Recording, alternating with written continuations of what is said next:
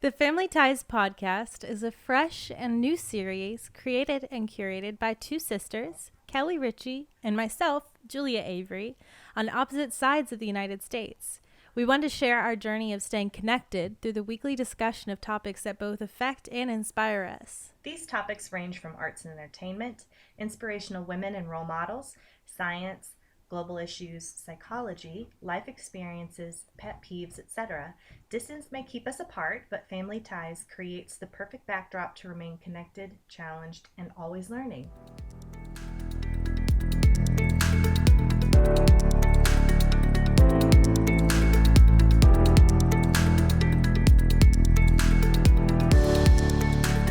Welcome to our very first episode ever of the Family Ties podcast. Yay!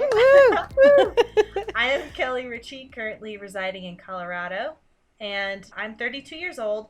I am the middle child in a family of 6 children, and I have some very interesting stories to share with you guys. And this is Julia. Hi, I'm Julia Avery. I'm a new resident of Jacksonville, Florida. I'm 27 years old, and I'm the second to youngest from the same family as Kelley. We're sisters, if you haven't picked that up yet. Yeah, we're sisters. Sisters.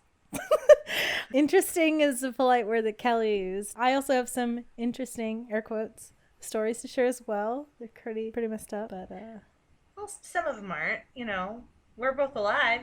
This podcast is something we felt super pumped to do for so many reasons, but here's what's important to know. We love politics, art, fashion, film, music, psychology, animals, etc. Like a lot of stuff. And we enjoy discussing these things with each other as sisters, but since we live so far away and don't get enough time in the day to talk on the phone, this is our endeavor to get closer to one another, discuss meaningful topics, and learn together, regardless of our physical distance. Yeah, so each week we'll be tackling the topics that Kelley just listed off, including some interviews with professionals, friends, family, and maybe some personal heroes, and take our listeners, you, on an entertaining journey where we share past and present with each other on the quest for knowledge, understanding, empathy, and renewal. So basically, this first episode is going to be just an introduction to us and who we are. It's not going to be really structured the way our future podcasts will be structured. So just bear with us. This is pretty loose and informal, but we're going to start at the beginning. So Julie and I have pretty weird facts about our birthdays, so we'll start there, where we were born. As a little baby, I was born on the 23rd day of August. I consider it to be the worst month of the entire year. Hot, sticky, gross. Yeah, it's the worst. Yeah, it's the worst. But when I was born, I was like totally blue. And I had to be spanked by the doctor to force my first breath. So Julia's already yawning. She's obviously intrigued by this. No, I'm laughing. Oh, I thought you were yawning. It's not. Okay.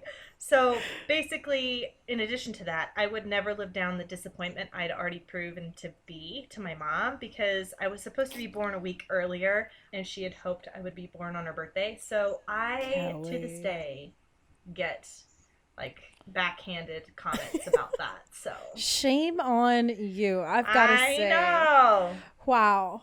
What about you, Julie? Okay, so my weird birthday story is that I didn't know when my real birthday was until I turned 16. There was a miscommunication that my birthday was on Christmas Day based on my mom, like our mom, wanting to believe and would not believe anything else, is that I was born on Jesus's birthday. And she was convinced that the clocks and everywhere else in the hospital said it was Christmas Day, and that ours was 10 minutes behind, and so that the nurses made a mistake or something by putting the wrong time on the birth certificate. But no, so yeah, every year up until I was 16, we celebrated on Christmas Day. I was told I was a Christmas baby. My birthday was Christmas. That's what I told everybody, and I told myself. And then, hey, yeah. I believed it for years. Like, fuck. Well, I think you may have been like 17, 18 by the time I learned that, because I saw your driver's license and I was like, they got your birthday wrong, Julia. And you were like, nope, they didn't. Actually. So Yeah, it was at least like we didn't find out I was from a different set of parents or something. It could have been worse news. It's just like, oh, your birthday is Actually, actually Christmas Eve, just one would that day be worse news, before. Julia? Would that really be worse news? Mm. Shh, I didn't say that. Shh. Shh. No, because then we wouldn't have it as rich of the content that we have to discuss on this podcast. So True. I Thanks, think Mom. Thanks, Dad. there's always a silver lining. All right, so moving Yes. on.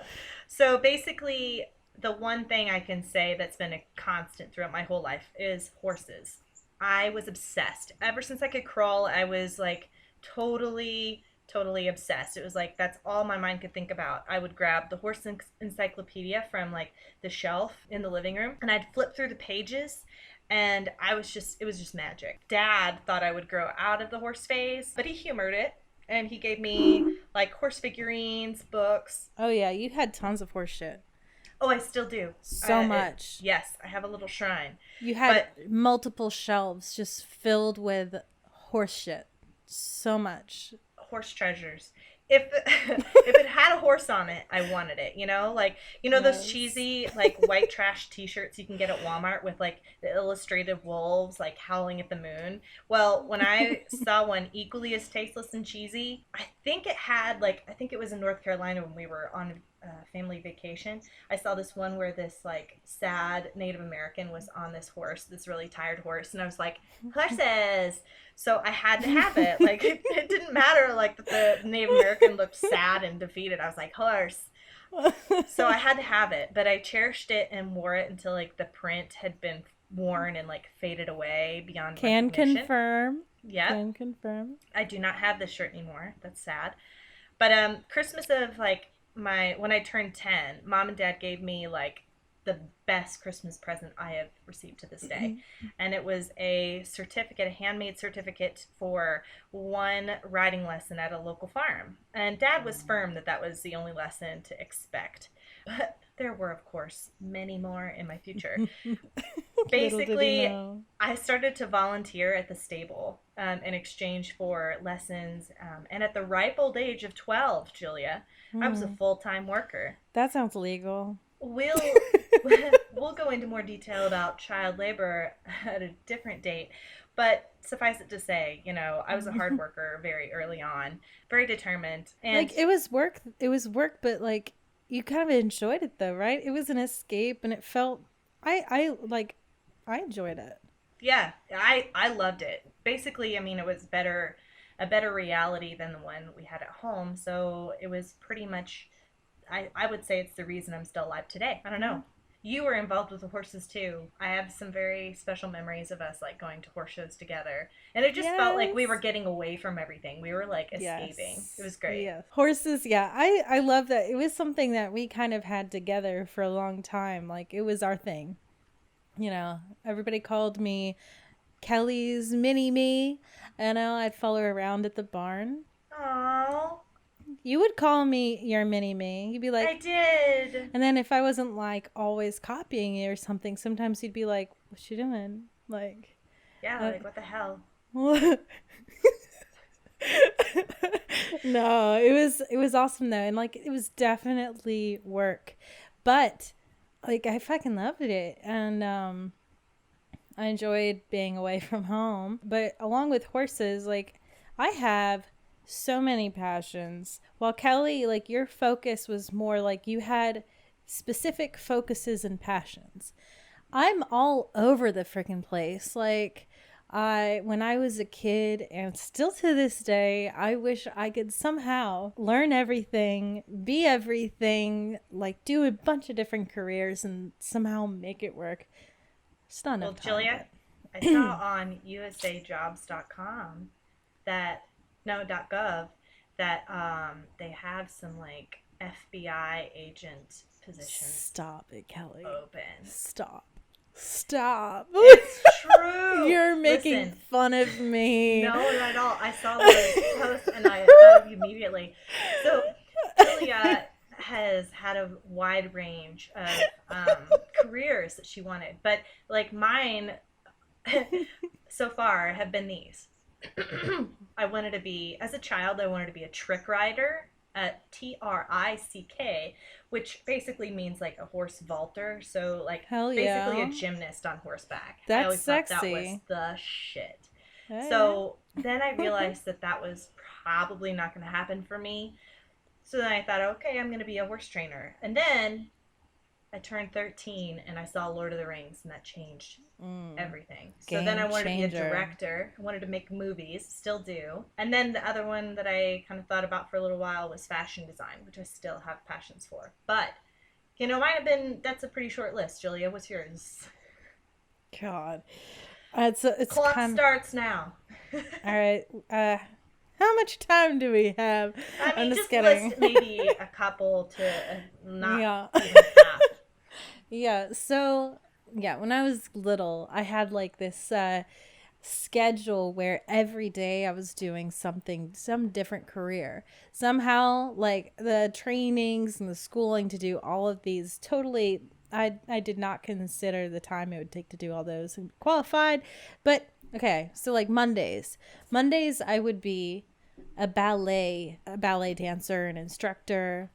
There were days of the week you had for each different kind of career. Yes. That's organization and forethought. Okay, go ahead. Also Sorry.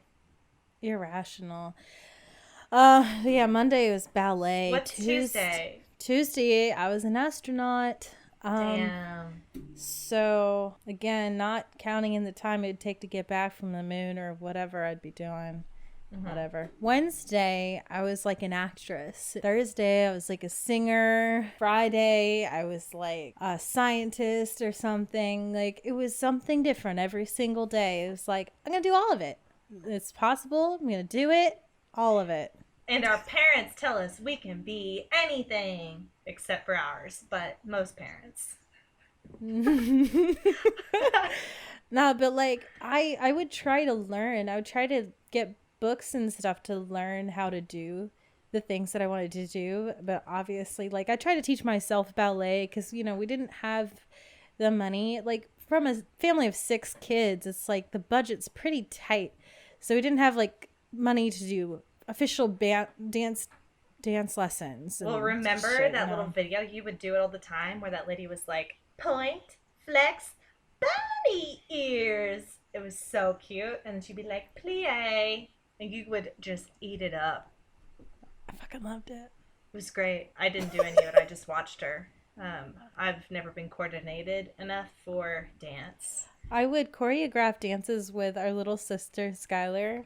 I would do choreograph, and then I'd get all the family in the living room together, and I'd play like some Enya song. Oh, and, yeah. and, and we'd just dance awkwardly in the living room while everybody's trying to act like this is some good shit. And then I'm over there like, can I videotape this and pretend I'm a director? Yeah.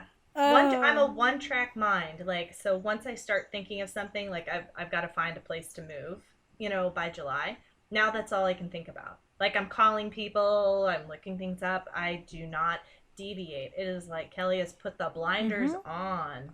That's awesome. You know what? I would probably get so much more stuff done if I was like that.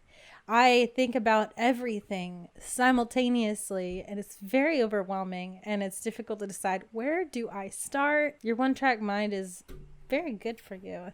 Jealous. You can call me the bloodhound. The blood.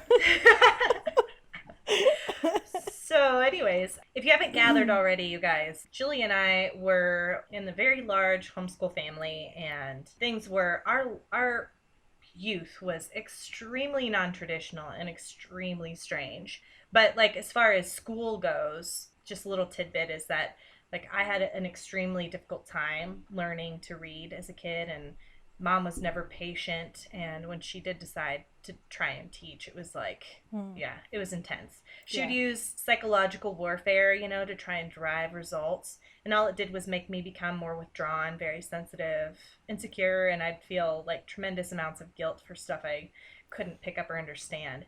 Like if you had trouble learning something, it was like it was rebellion. Like you were choosing not to learn. You were choosing to fight the learning process, and it's like no, you just don't understand the topic. You don't understand material. Like, it's not rebellion. I don't understand. So, like, she would give me M&Ms, when I was trying to learn how to read. And if I messed up, I would actually get a spanking. So it was like learning felt like such high stakes. And so to this day, the reason Julie and I are really interested in psychology is because, like, we've really been put through the ringer in our lives, and we're trying to make sure that we don't repeat patterns that we've seen as far as the mental illness that has kind of ravaged our childhoods. Not only repeat patterns, but use it as a crutch or an excuse to be a bad human. Yeah. It's just, so use it and turn it around and really try to make something better out of it, a better life, better ourselves, and awareness, accountability. Yeah. In order to do that, you have to really understand and acknowledge what went wrong, though. Yeah. I mean, and to this day, like, I'm super convinced that I had and still have, like, a learning disability of some kind. I'm about to, it's been put on my doctor's list to, I think in early April, I'm supposed to do an ADHD test, because they said I definitely sound like I could fall in that realm. And it's like, I feel every day that, like, I love to learn, but my focus and my attention span, like, if I don't understand what I'm looking at, I'm going to have a difficult time sitting there and problem solving to understand it. I'm going to get frustrated with myself, beat myself up over it. And I can't, see the forest through the trees. It's a bad feeling. And I was always told that, growing up, our parents didn't believe in that stuff, but they basically, it was rebellion. If you weren't understanding, or if you had difficulties in certain learning situations, it was always conditional upon your love, and then also whether or not you were a good Christian. So that's great. Science definitely backs that up. It's interesting. About 2 years ago, my doctor recommended me to a specialist to get ADHD testing as well. But I didn't have the budget. I haven't had the budget for a specialist since.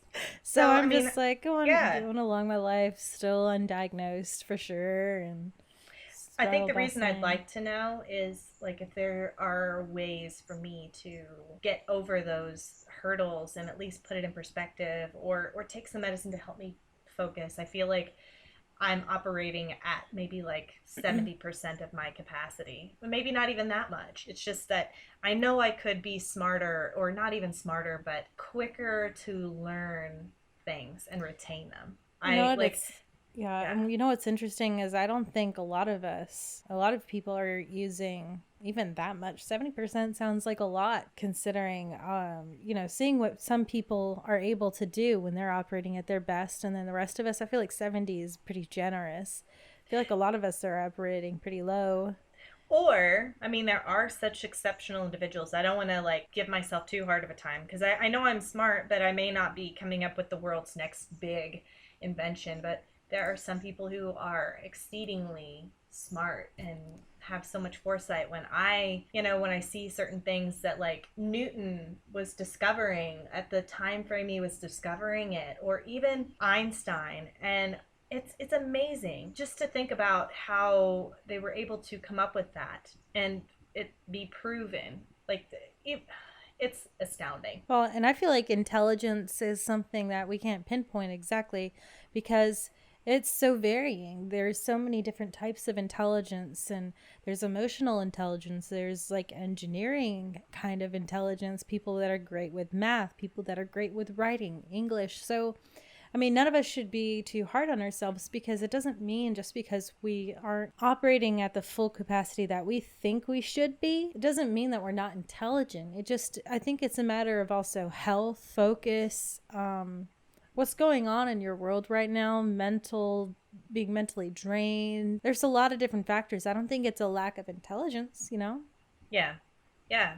So, I mean, like, we were really, really conditioned to not only have self-doubt, but if you took pride in anything, if you were proud of an achievement, like something you won, you were always quickly reminded that pride goes before a fall, and any kind of pride equals, not just pride, it equals some really bad religious thing. What am I thinking of, Julia? Well, and also it'd be you giving yourself credit because we were conditioned that, it's all Jesus. What we did, it wasn't us. It wasn't the hard work we put into it. It was all Jesus. Right. Absolutely. So us Thank taking you, pride in our Jesus. work, it was like, don't be proud of yourself. Thank the Lord. To caveat that, let me just say, before we continue talking about education, the older I get, the more I realize that I am not religious. I never was religious. I have a healthy respect for different beliefs, and I think Same. I don't buy into any of them. No. I may see some wisdom in some of them and be able to, I think there are certain things of Buddhism that I think are great, and I think certain aspects of Christianity or other religions sound nice, but it's not applicable to my life, and I consider myself relatively spiritually open, but I do not practice religion at all, and I cannot step foot inside a church. And not because I'm like Damien from The Omen and I'm going to burst into flames, but anything's possible. Yeah, it is. But no, I'm the same way. Like I'm very spiritual person, but I'm not religious. And there's a difference between spirituality and religion. And religion's all organized. Spirituality is being open to the unknown, something bigger than yourself. I feel like no one really knows anything. A lot of this stuff is man-made, and it's kind of a comfort thing. I think it's comforting for people to grow up with some sort of structured faith with some guidance so that they feel like they understand the world they live in. They feel like they understand and have some element of control over their life, because if there's no organized religion and there's nobody to claim there's a God who's responsible for everything that goes bad, everything that goes good, then you feel helpless and you're like, whoa. I feel like the religion is comforting for some because, do you want to know what sounds super stressful to me? What? Living forever? Oh, gross. Also, I'm not one of those people who finds death to be that terrifying. I've almost died like 3 times now. So yeah, you're like a cat. You have 9 lives. And y'all, we're gonna be getting into some of Kelley's accidents at some point. Stay tuned. She is lucky. She has and strong. She has gotten. Would we call that lucky or just unfortunate? Because I mean, it could go either way. No. I say luck and strength. A little bit, a dash of luck, a lot of strength. You've gone through some shit. Jesus did it. Thank you, Lord. Thank you, Jesus. Like the idea of dying and not going anywhere, I would be fine with that. Well, like there's part of me that's an introvert, so that does sound nice a little bit. I mean, but here's the thing. Even if you are afraid of dying and there being nothingness, what are you going to do about it? Like, once you die, it's not like you can still be like, but I don't want to. No, it's done. It's over. You aren't conscious. Well, we don't know. Like, how is finality terrifying? We don't know anything. And these people that claim, the people that die and then get brought back to life. I never saw no light at no tunnel, Julia. Yeah, you should know. You've had 3 opportunities. Julia, there was no light, and it was so just all painful. Okay, so let's just whatever. Yeah. Going back to learning real fast, getting an education, getting learnt real good. We are from Kentucky, so yeah, if you're concerned about any part of like our mental state or like maybe our intelligence, that's just why. Blame Mitch McConnell, or Bitch McConnell as I call him. So basically with education, like one thing I can kind of tie back to the whole thing of having such, I feel like it could either be the ADHD we were talking about, but, my doctor also said that she feels like my levels of anxiety are so high that my whole life I've been in a fight or flight mode.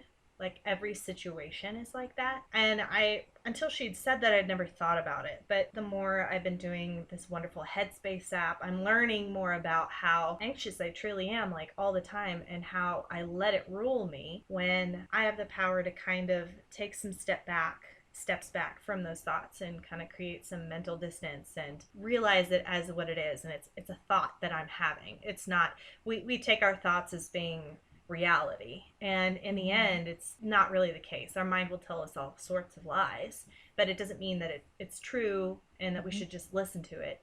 So kind of retraining the brain is difficult. But like if I do have ADHD, that'll explain a lot. But if it is just anxiety, that also explains a lot. Test taking, I don't know if you had this, Julia, did you take the ACT? Yeah, I did. What'd you get? A 23. Damn, I hate you. Anyways. Just passing. It was like one of the minimum. Julia, I did the bare minimum to get into college. But so here's the thing, guys. What was yours? Oh, hell. It was like 18. It's real bad. No, it's got to be better than that because I don't think that's the minimum requirement. Well, because I was scraping Western, right by. SAT or ACT, I don't remember the difference. I feel like it was the ACT. But like Western Kentucky University, I met their minimum requirement to get in, and I blame it all on the math section because the way our mom taught was just a little blurb. Go ahead, Julia. How did mom teach? Well, here's the thing. Listen, Linda. She didn't. Right. So I feel like that might be a little factor. Just a little one. She'd ordered the books. But then like I got taught how to read and like I was given the same M&M treatment. I actually didn't get spanked if I got the answer wrong, but I got M&Ms if I got it right. And I think that also I'm going to blame that as where my sugar addiction started. Is that why I don't buy M&Ms? Also my love for learning cuz I'm like chocolate. Oh, man. I'm just kidding. That's funny. I'm just kidding. Well, the only reason that I made it through whatever it was, ACT or SAT, I don't know, is because Janet helped me. Like she's the oldest and she had a very determined, we would have stayed home and been child bearers. That was all women were meant for, and where we were raised. And we'll Janet get into that felt soon. very, and still to this day feels like as the oldest she has the responsibility to be the example, be successful, lead. Yeah. So I think that really was her driving force. Yeah, I agree. And she wanted us to succeed too, and so she helped me prepare for it. And I'd never studied for a single test in my life because I'd never taken any up until that point. So just imagine, guys, taking your first test as you're leaving high school. That's great. But I would say Janet's the ultimate hero and catalyst in my life that prevented me from remaining at home and working at the stables for the rest of my foreseeable future. So I'm very lucky in that. But we'll go into more depth on the topic of mom and school and our lovely legacy at a different date. Let's establish here and now that our mother was highly abusive, both mentally and physically, to us growing up. And it is something that we are all very haunted by to this day. It's been the root of many emotional scars and issues, which counseling has been helpful in putting some perspective. But yeah. Same. Yeah. And we'll definitely be going into that more later. It's, this is just like, just giving you like a little glimpse into maybe what drives our passions and drives our passion for learning and trying to understand and grapple with difficult issues and topics to try to make sense of everything because it's been challenging. It's been a real struggle, but So this makes me want to sing, which I'm not a good singer, but it just made me think of that song from The King and I, Getting to Know You, Getting to Feel Free and Easy. You're so cute. Oh, thanks I so remember much. that movie. There'll be more songs. Oh my gosh. Yeah, we grew up on classics. Anyways, go ahead, Julia. What you got? Ooh, okay. Awkward years. So awkward. I know that's for pretty much teens everywhere, though. Teen years are hard and very emotional. You fall in love all the time. So hard in love all the time. Yeah. Even if you have never talked to them.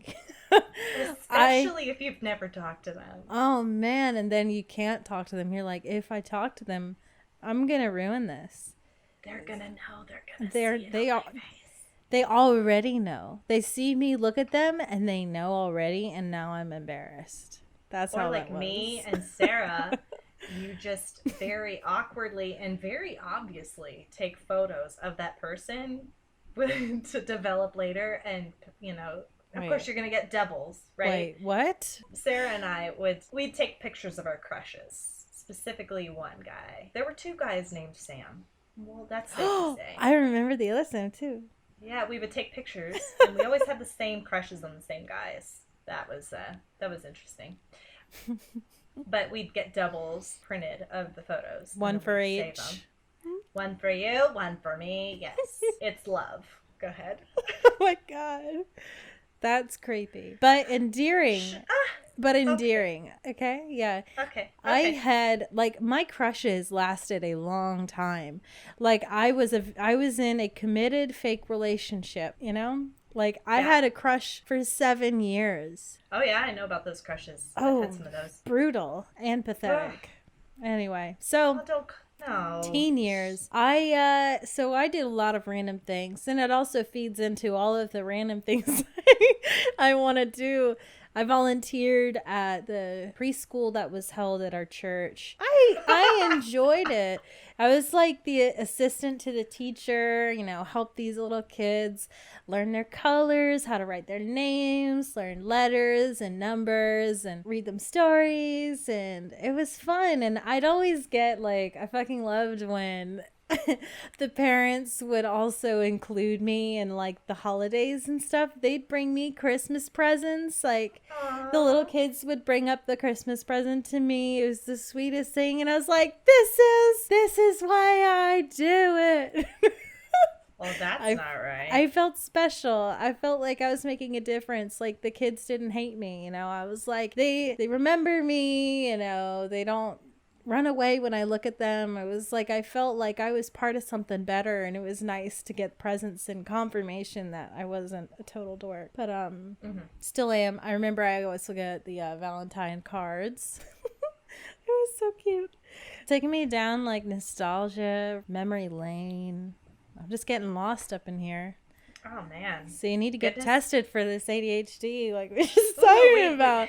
I'm all over the place.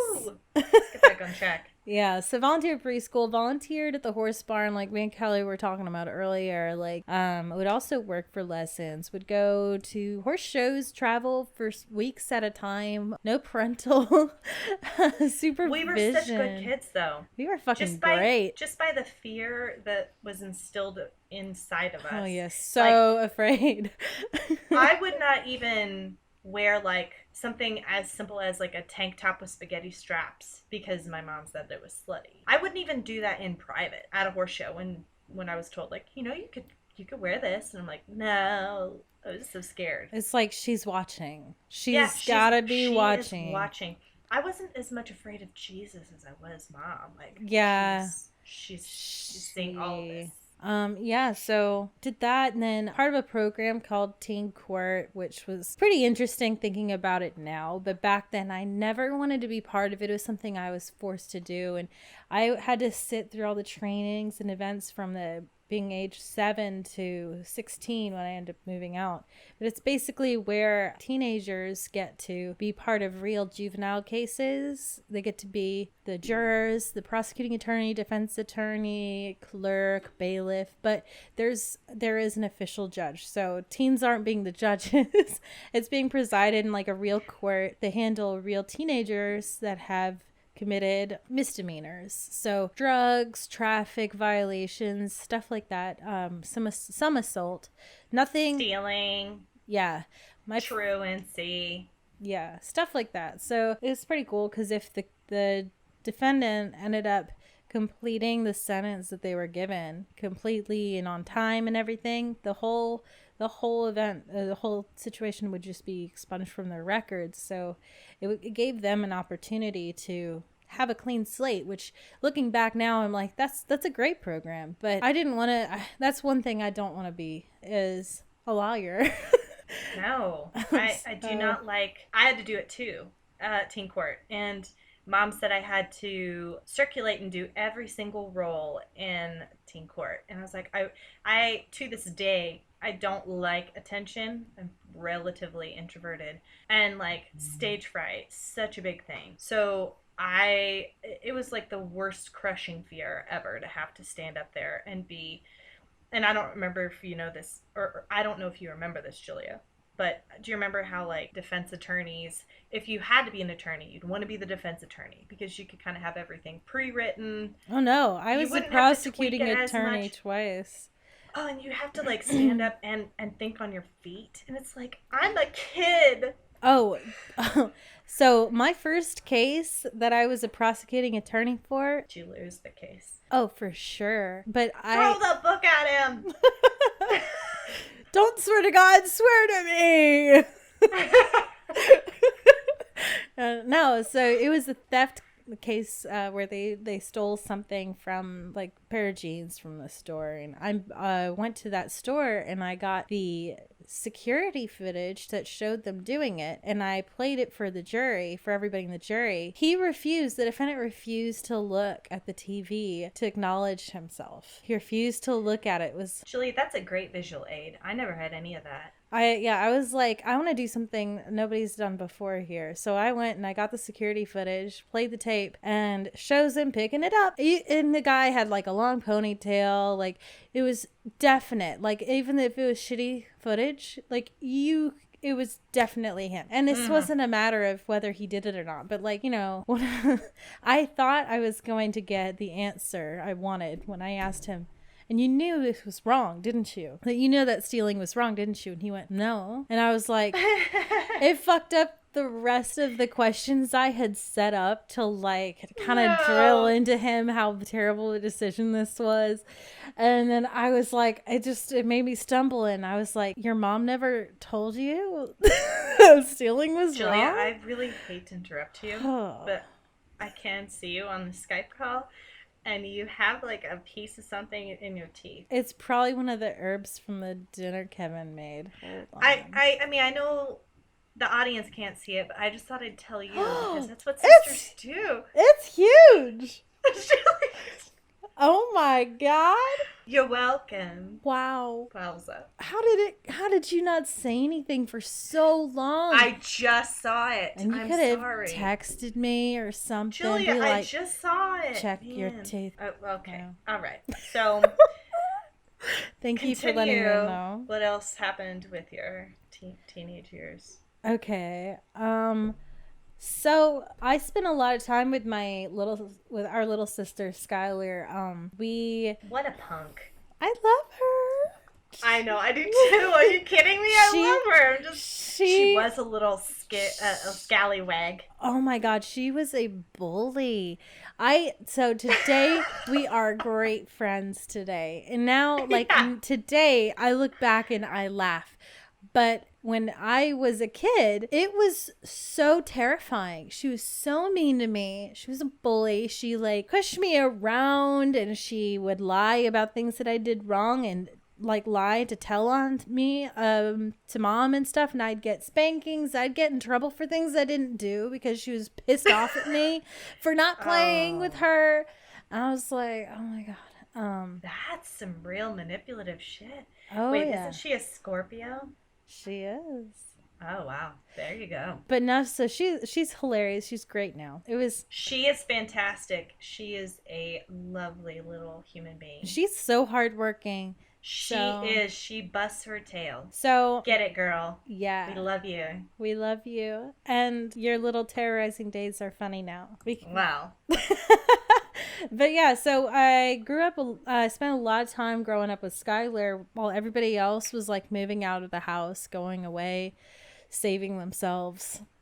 While I was with Skylar, our parents were going through a divorce, and mom was, like, holding up this huge case in court about keeping us kids. There was a lot of stuff that we'll talk about later that was going on, and I had to, like, write a secret letter to the court, basically pleading with them to let us go with Dad. And I had to do a lot of like secret behind the scenes things communicating with Dad because she would monitor our phone calls with him to make sure we didn't tell him what she was doing. But she didn't know I knew how to clear browsing history on the internet. Ooh, I just learned how to do that like last year. It's true, Julie. Don't look at me like that. Okay, moving on. Just a little too late. Oh, it's been very helpful. I'm sure. Oh man. No, I learned that so I could watch porn when she was out of the house and clear it out. But I infected our computers so badly. Man. Dang. Sorry, that was a sidetrack. But yeah, so got us to go with Dad.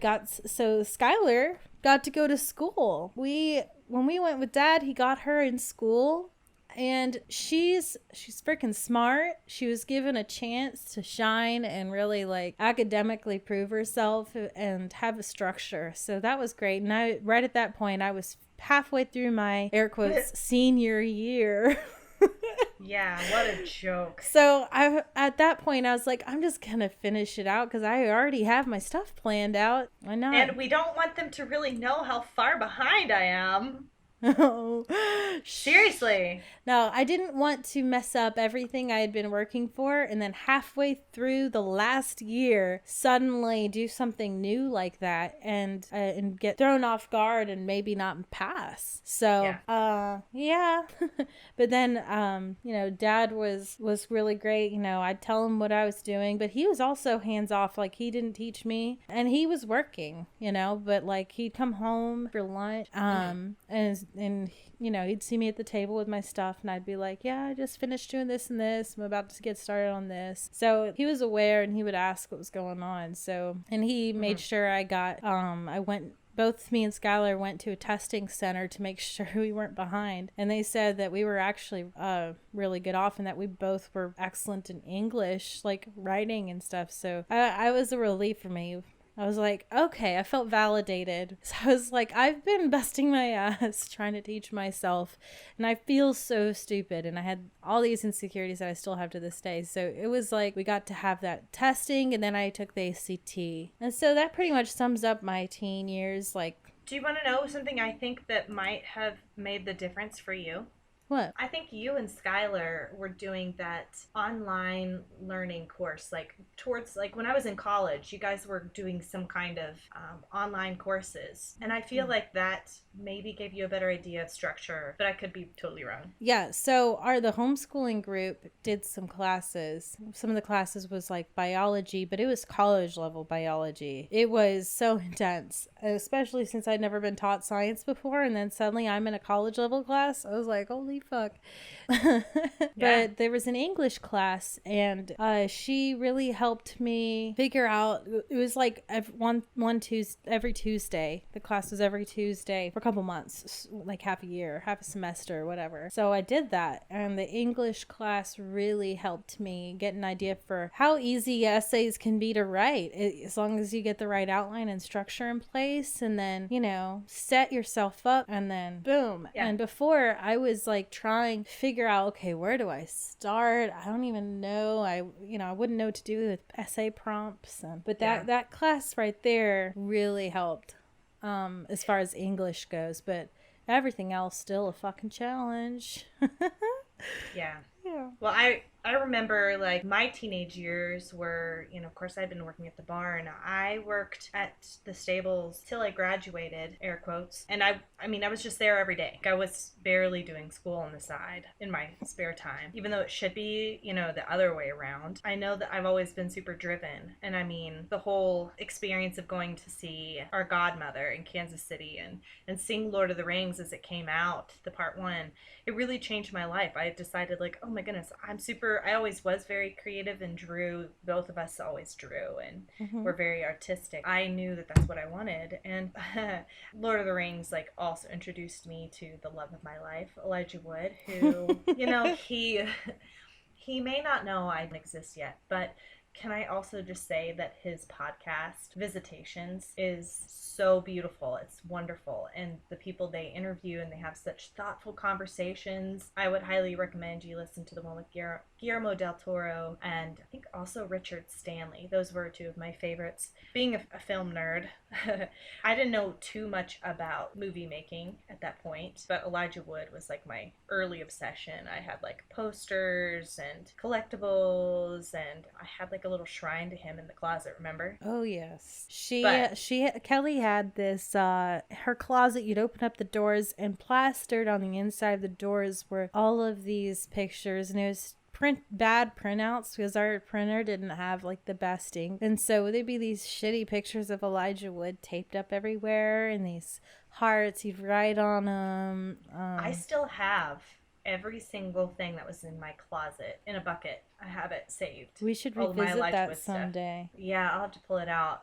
You'd have like magazine cutouts from the Lord of the Rings stuff. It was like, oh yeah, you were real I still fan. think, Biggest even fan. though I love my boo Thomas, I still feel like Elijah just doesn't know what he's missing. Oh, he doesn't. He has I really no don't. clue. Yeah, we were a match made in heaven, but heaven doesn't exist. But I decided, like, at that point, I wanted to pursue filmmaking, and both mom and dad were against the idea. Dad always wants us to be practical, and he's like, that's not a real career, and you have to have all these connections, and you'll never make it. While mom disagreed more or less because she thought, the film industry was filled with nothing but, like, sin and secular worldviews. So, danger.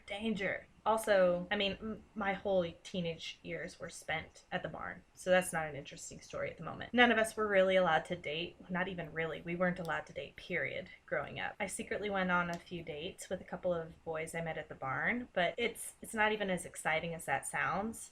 I was very future oriented, like even as a teen, and taking unnecessary risks like sex and even kissing was like, I just couldn't. I was too afraid. I just never wanted to be in trouble. I felt like if I messed up, I would be locked away in a room and never let out, and no one would ever hear from me again. So that fear drove me to behave. I went through my one big rebellion was plucking my eyebrows. Do you remember that, Julia?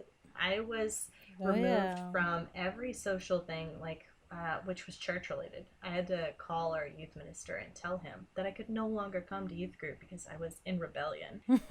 I wasn't even, mom was standing right there, but I wasn't even allowed to tell him, like, it's because I trimmed my eyebrows. I was tired of getting made fun of, for that unibrow. But it just blows my mind. Isn't that amazing? I also hadn't quite come to terms, with the fact that I was bisexual and like deeply infatuated with a certain female in my life. But, since we grew up in a very homophobic community, the things I thought and felt were nothing short of like sinful to them and worthy of an eternity in hell. Mm-hmm. So I suppressed that guilt like it was my job, feeling that constant guilt. And I didn't feel guilty because I'm also bisexual. Like my first girl crush was Kate Winslet when we were watching Sense and Sensibility.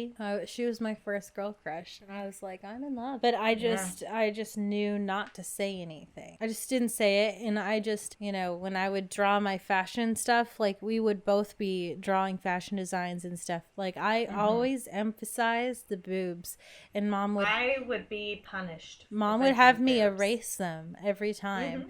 But yeah, I remember that. But I'd still do it. I'd still make the cleavage marks, and I was like, there you go. Make the clothes too tight. They were a true gift. I really love the female body, so I would draw it. That's where I would focus my attention, was drawing my fashion designs, and that I'm surprised Mom didn't pick it up.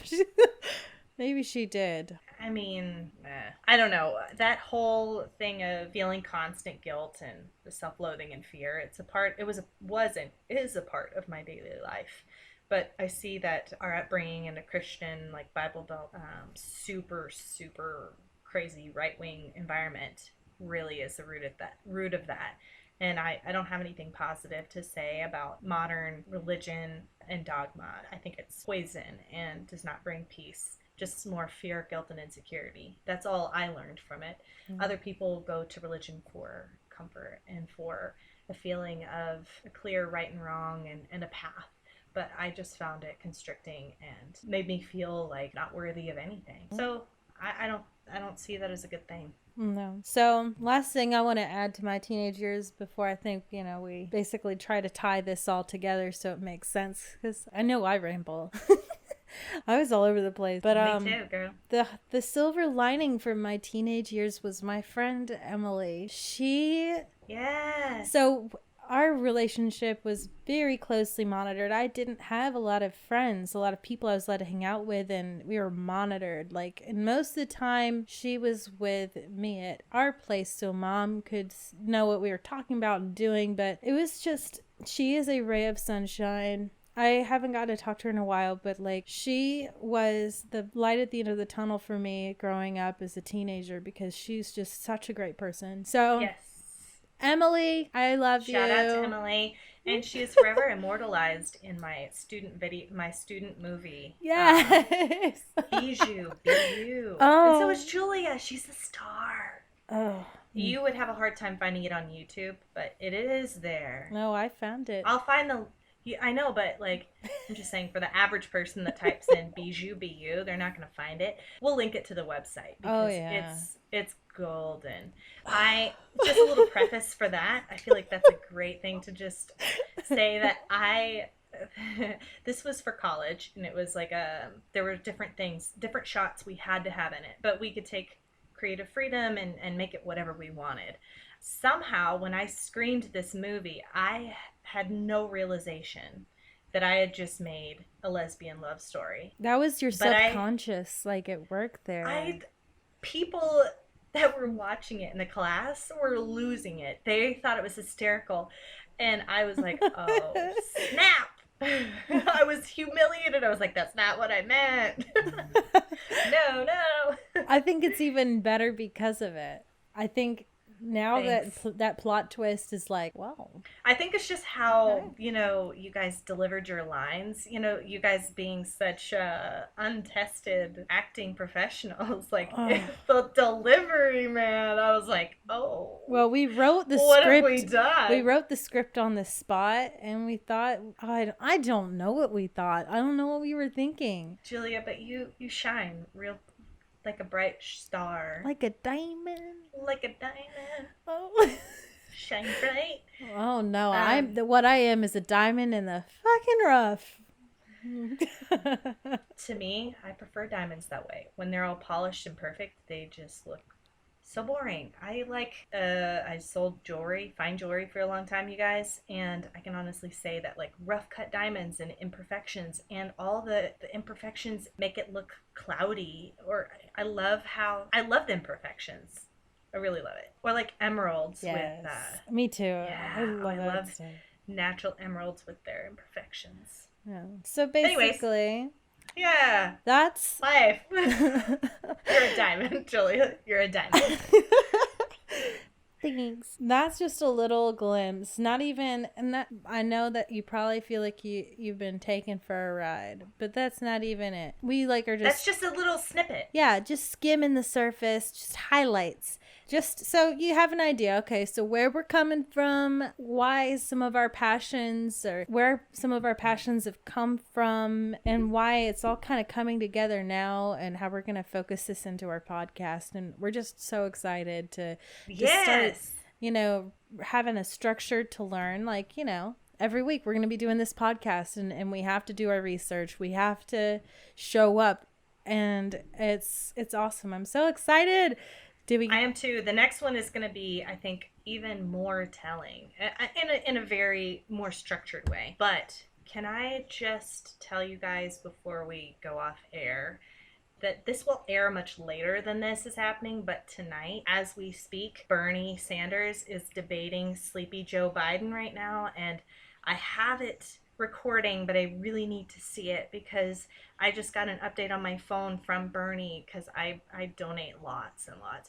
Just saying, Bernie is on fire and I want to see the fire. Me too. Please, guys, I don't want Sleepy Joe. Let's not. Kelley. Guys, can we just Hold on. immediately air this to where people... I'm looking up that quote.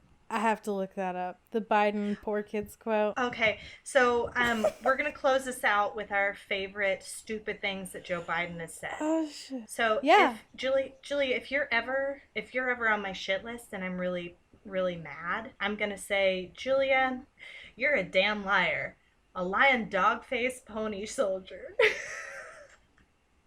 That makes no sense. What he said, no. It's like from the 1850s. That's why, Julia. Oh, God. It's because here's one of my recent favorite quotes of his. Okay. So, poor kids are just as bright and just as talented as white kids. Oh, snap. Yeah. And he was trying to make a positive point, but like his white man just seeped out. His racist old white man just there's footage that of course the news is not going to cover or resurface, but there was some kind of event when Biden and Obama were running, and he was speaking to a crowd of minorities mainly, and pretty much saying that the AIDS epidemic and things that still AIDS is their fault, and they have to figure it out and fix it and be proactive. Oh my God. It's super, super racist and just cringy to listen to. Even Obama kind of had to shut him down. He was like motions with his arms to be like, no, just no, Joe, no, please. Oh my God. No.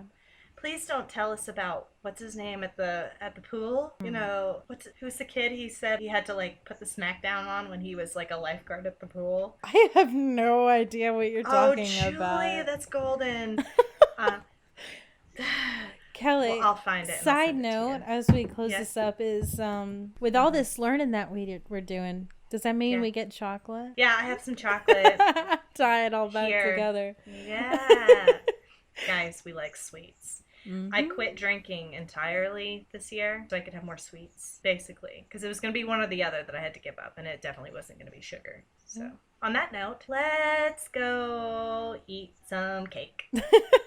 Thank you for whoever sat through this car ride with us, just rode along with us and listened to this whole thing. You're a star. Thank you so much, and we're grateful for you. And one last thing. Yeah. Julia is going to give you our social medias. Please do join our family, follow us, all that good stuff. But I have quit all social media, so Julia is in charge of that. But if you have questions you would like to email us, I will definitely read that and be able to comment. I still do email, but I don't do any of the socials for my own mental well-being. That's smart, and I keep Julia, thinking about doing it too.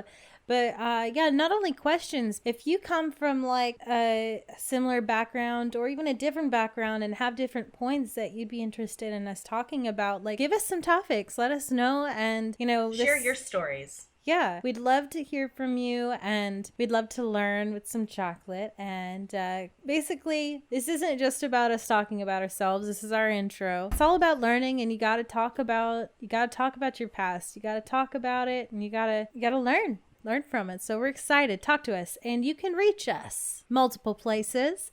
Where?